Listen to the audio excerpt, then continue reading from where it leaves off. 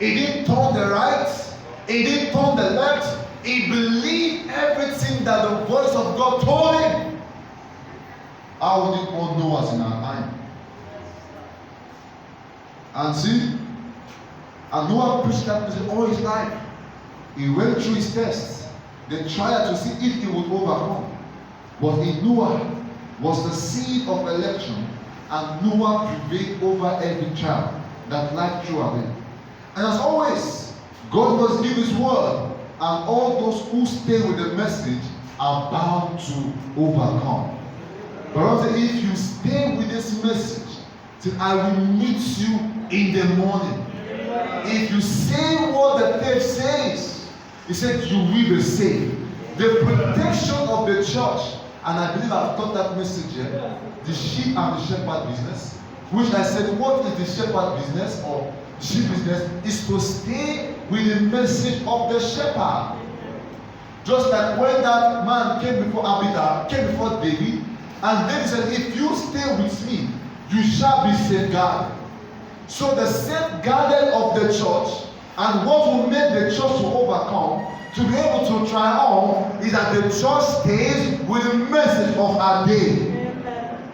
And so Noah and his family, they didn't turn the right, they didn't turn the left, they believed what he said. You see, sometimes when you are believing, some of you think when you are believing, it's a bed of roses. You are going to have to go through persecution, trials, tests, insults, persecution. They will come. They are all parts of the package that God gives. And so you can imagine Noah.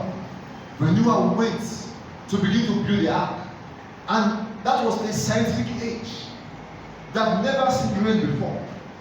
The best they saw were rivers. They saw spring.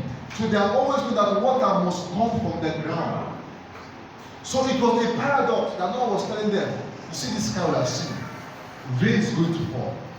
And they said, okay, for how long? He said, for 40 years and 40 years. They said, Noah, what do you mean? It's not possible. It looked abnormal. It looked unreal. But God is not obligated to the opinion of any man. God is not obligated to the opinion of our senses. He's not obligated to the opinion of our reasoning. He's only obligated to the opinion of your faith. And brother, this is the faith that overcomes the world. So friends, we have another message for today that will carry us through. The message preserved Noah. When everything else perished, there was a Noah. Why? Because in Noah, he stayed with that message. And that was what made Noah to be able to overcome. Revelation 12 tells us, as they overcome, he said they overcame by the what? By the blood of the Lamb and by the word of their testimony. And they loved not their life unto death. So Noah was an overcomer in his age. He was able to, and as Noah overcame by the word. When Jesus came on the earth, he was the God Almighty.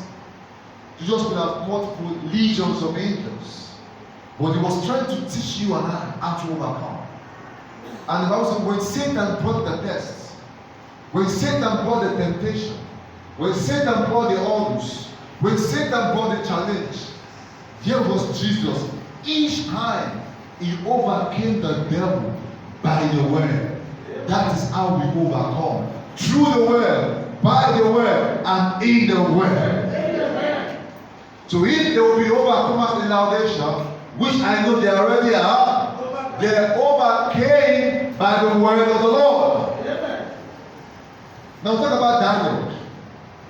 And this is when I was preparing this message. It was Sal that told me something last Sunday. And as I was praying this message, I saw that this message, this particular Daniel, is going to handle your case. Just listen attentively. Now, Daniel and the 3 evil boys, in the age of Daniel, they were just 4 overcomers. Just the 3 evil boys and what? Daniel. We'll start with Daniel. We'll talk about the 3 evil boys. it. You know, in Daniel, you see, like I told you, there is no overcomer without a test.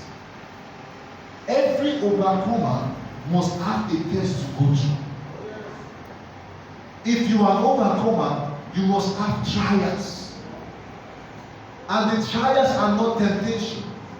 The trials are tests. To do what the Bible says that our trials work out outward patience. And what is patience? Patience is a virtue. So those trials, those tests you are going through, they are necessary to prove to the world that in you is the seed of an overcomer. And so was Daniel, a son of God. But Daniel had his own tests. Daniel was a good prayer warrior. Bible said that Daniel had a particular hour in the day where he went to the Lord to pray. But there arose some people in the household of Daniel that said, Daniel, your prayer is making us uncomfortable. We are going to stop this prayer.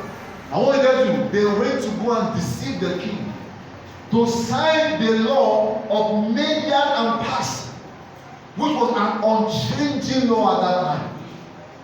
Now hear me now. Daniel defied that unchanging law because he was an overcomer. So if there's anybody telling you not to pray, learn this from Daniel. Daniel was not bothered. Those people were tests that Daniel was going to face. And Daniel did not draw back. Daniel did not miss his prayer. The more they put those laws, the more Daniel prayed. And if I'm praying and you begin to complain that this my prayer is disturbing you, I will pray more. Now